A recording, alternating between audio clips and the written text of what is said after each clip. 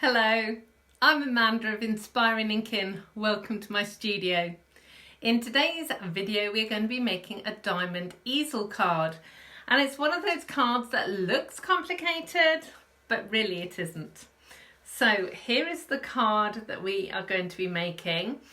It is actually 2 score lines and a little bit of cutting, and that's all. Really straightforward to do, and it folds flat to go in the post. What's not to love? Let's turn the camera around and get crafting. Here is a different variation of the card that we're going to be making today.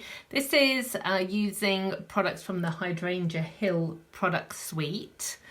As I said in the description, this is an easel card. So you have this section here which props up against this little stop, and that makes the easel part of it.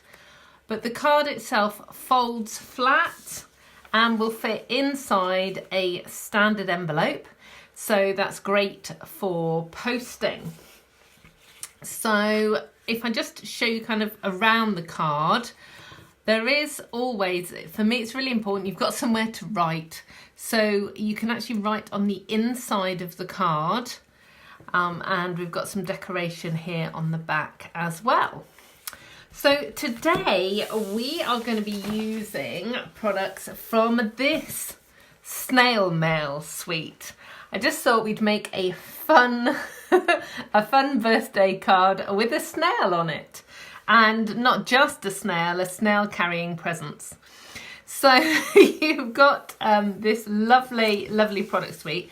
There are stamps. We're not actually using the stamps today, and there are dies. And I just wanted to point some of the dies out to you. There are these snails here and the mushrooms, or toadstools, I guess they are really.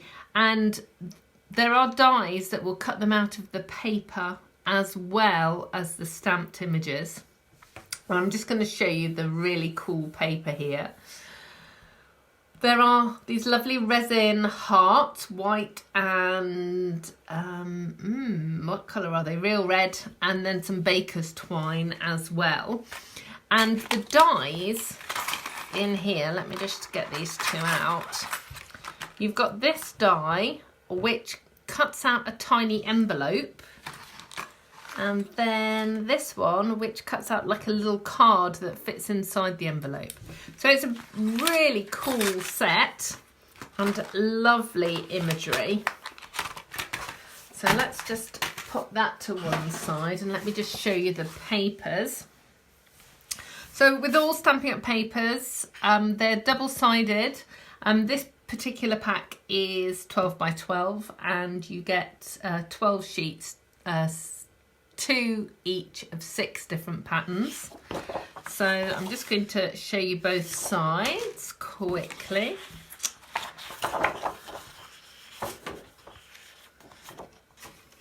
Some really cute toadstools. And there's a die that cuts these out as well. And very cute snails and the colours. Again, this is the paper, this is the snail that we're going to be cutting out to put on the front of the card. And we're going to be using this Bermuda Bay pattern as well. And then you've got even more lovely snails here, and another pattern there as well. So let's pop that to one side and show you my templates. So this is how simple this card is. It's actually just 2 pieces of cardstock that we trim. Now there is a little bit of measuring involved, but not too much. So don't worry. And I've been making this card for a long time, and I have been doing all kinds of measuring, but I've actually discovered another quicker tip. So when we get to that point, I will show you. So we need a piece of cardstock. I'm using Bermuda Bay. So this is 10 by 4 1/4. and a 3-inch square as well. And then I'll do the scoring in a second of those, but then we need lots and lots of bits to make all of the layers. So we need 2 pieces of white that are 2 3/4 inches square, which is this one, and patterned paper, which is 2.5 inches square. So they're going to layer on top of those. We want a patterned piece of paper for the back of the card. So that's 4 inches by 2.5. And then a white one the same, and that's for the inside of the card. And then we only need 1 piece. And it's 2.5 inches square, and I will show you. It is this piece here. I think if I bring it up a bit closer to the camera, you can see it's overlaid. Now, what I did for this one, because the pattern isn't directional, I cut it and then I sort of twisted it around the other piece. I can't do that with this piece because we've got the toadstools. So I'm actually going to have to I've cut 2 pieces so that the toadstools go in the right direction. But then if I make another card, then I can use the other pieces. So that's how I'm going to do all of that. And then I've got the snail here, and actually I've started cutting him out. I will just finish cutting him out. And then we can make the card.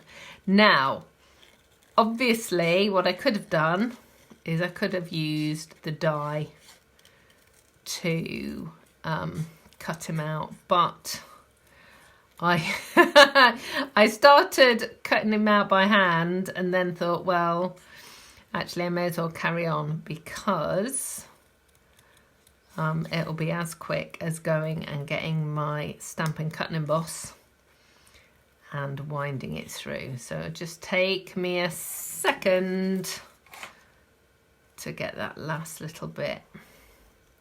And I am purposely leaving a tiny white border around the edge. It just makes the image pop a bit more on the background.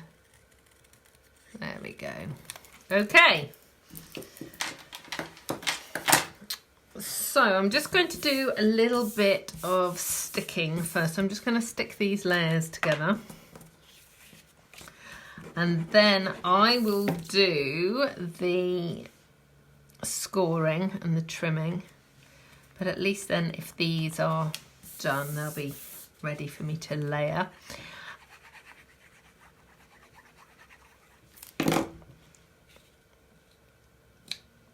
There we go. Okay. So these pieces need to be cut on the diagonal. So I'm going to do that as well. So I'm going to cut one diagonally this way, and all I'm doing is just putting the point into where the track is. Now I'm moving my blade into the middle of this paper, and the reason for that is if you try and cut to a point, sometimes it will tear the paper, whereas if you put it in at the middle and then go forwards and backwards, it will cut cleanly. So let's just do this one as well. Ooh, let's move it along. There we go. So as I said, I've now got 2 pieces and they can kind of overlap like that, whereas before I would have just put that piece there and then the toadstools would be upside down, which is no good. Okay, so we've got all of the papers and everything done. Now all we've got to do is score this, and we're going to score it at 2 1/4 and at 5. So that's this piece. So with the 10-inch at the top, I'm going to score it at 2 1/4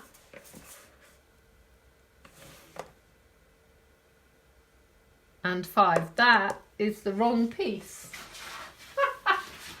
Oh no. Let's just try that again, shall we? That's the right piece. So make sure you've got the right piece of card. 10 inches by 4 1/4. 10, 4 1/4. Okay. So score it at 2 1/4 and 5. 2 1/4 and 5. Okay. So we'll use the bone folder. And I'm actually going to fold this both ways so that it's lovely and flexible. Now, as you can see from the template, we've got 2 pointed sections. And what you can do is you can get your ruler and make a point at 2 1/8. But what I have discovered is if you put your square, and I'm using a different colour just to show you, you put your square there on that score line, you can just cut or mark with a pencil the shape that this needs to be. Now, can you see it is a tiny bit too long there? I'm hoping, I'll see if I can zoom in. It's a tiny bit too long there. But I am just going to use the scissors and just trim it. Now you can use, like I said, you can use your trimmer, or you can use a craft knife if you use a craft knife, whichever way you want to. But that makes that so super easy. And then with this piece, okay, I'll show you this way around. With this piece, what you need to do is position this. So let's pop that on there like that. Position the point of your cardstock in the center there, and even this out both sides, like so. Okay, and if you're not quite sure, then obviously you can measure that center point. But again, that just makes it so easy. We don't have to measure. That's really cool. Okay, so can you believe it? That's all the cutting, all the scoring, all the measuring. All we've got to do is assemble this now. So I'm going to bring in my original one for you to show you. So this piece here is the base. This piece is the centerpiece, and then the point has the square of cardstock attached to it. Just make sure you are paying attention to where you're going to stick it. So it's actually sticking on here, just that bottom triangle, not this top piece, because if you stick that top piece, the card's not going to work. So the easiest way to do this is to put glue on the triangle and line that up and press it down. And then one of these squares is going to go on the top. And I do that now because then I know exactly where everything else has got to go. So make sure everything is square. Whoa. That slipped. Okay. So we know this is the front, and it's going to stand with its easel piece here. So now we can stick the extra bits on. So this piece is going here. And we're going to do a tiny bit of stamping for the sentiment in a minute. So that piece is going there. You've got your white piece on the inside, so you can write your greetings.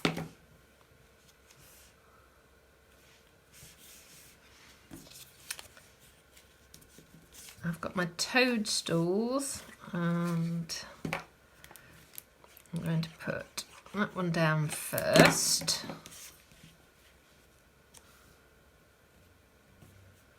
Like so. And then this one on the top. And they're just going to lay one on top of the other like that. So it's all coming together.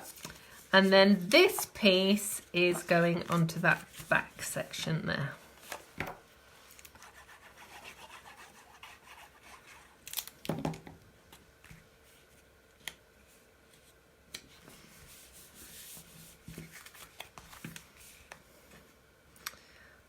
So now all we've got to do is we've got to put our little snail on the front, and I think what I'm going to do is cut out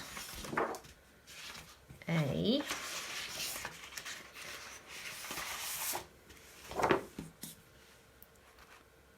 I think I'm going to cut out a fun snail as well. This laughing snail and those presents. So what I will do is I'll just speed this bit up on the video.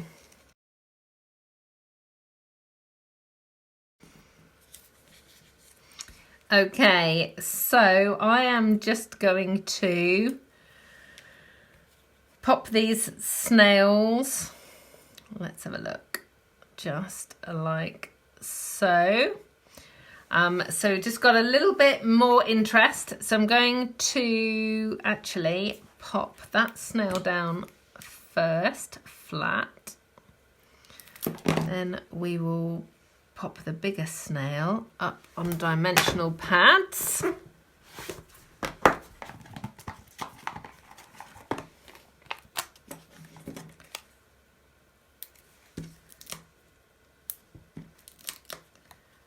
And then we'll see whether or not we need another parcel.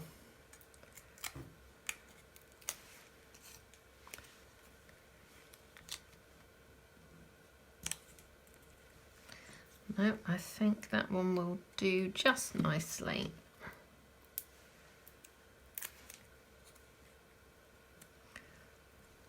They're heading off to a party. Okay, so now the most important thing for this whole card to actually work as an easel is you need a stopper. You need something for this to butt up against so that it actually stops. Now on this card, the sentiment here is from Zany Zebras, and the die is actually from Pierced Blooms. So I'm going to use the double oval punch. Now this is really cool. It has the frinkly edge. There's a proper name for it. It's not quite a scalloped edge, but it's a wavy edge for a layer. And then you've got the sentiment section there, which is the plainer oval. Obviously you can layer the two of them, but equally they work independently as well.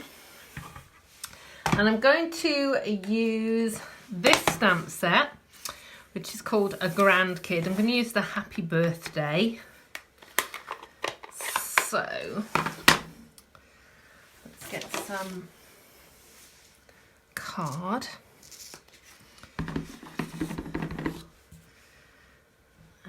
Stamp that down, and that's Bermuda Bay ink. Now you can cut the cardstock into strips so that you cut like a narrow strip and then you only punch one thing out at once. but I actually like to just punch both at the same time, and then I can have like a little basket of layers that I can use. So I did, let me just close that ink pad because that's a disaster waiting to happen otherwise. I did punch out a couple of layers just to decide what I was going to do. I think, eeny, meeny, miny, mo. Yes, we're going to go with pool party there. So I'm just going to layer that.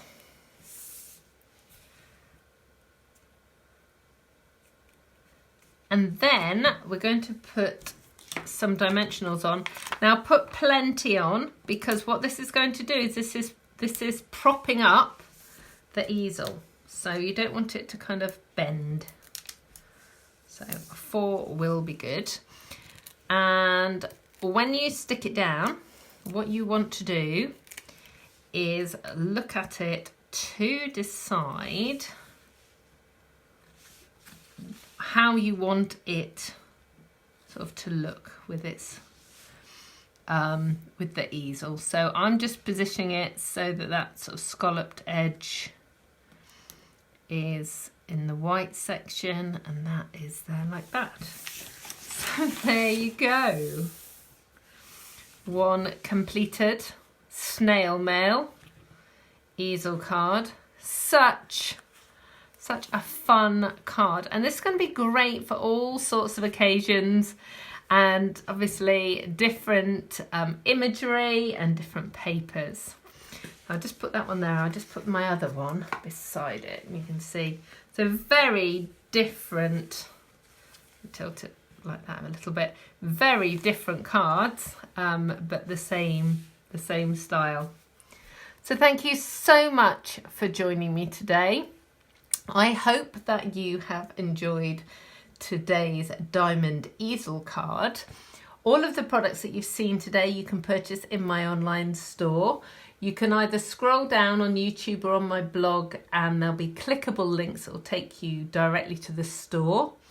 Or you can go to my blog, which is www.inspiringinkin.com, and there you will find a link to the online store as well. Please do subscribe to both YouTube and my blog. That way you will always be the first to hear when I have some new creative inspiration for you. And finally, please do leave me comments.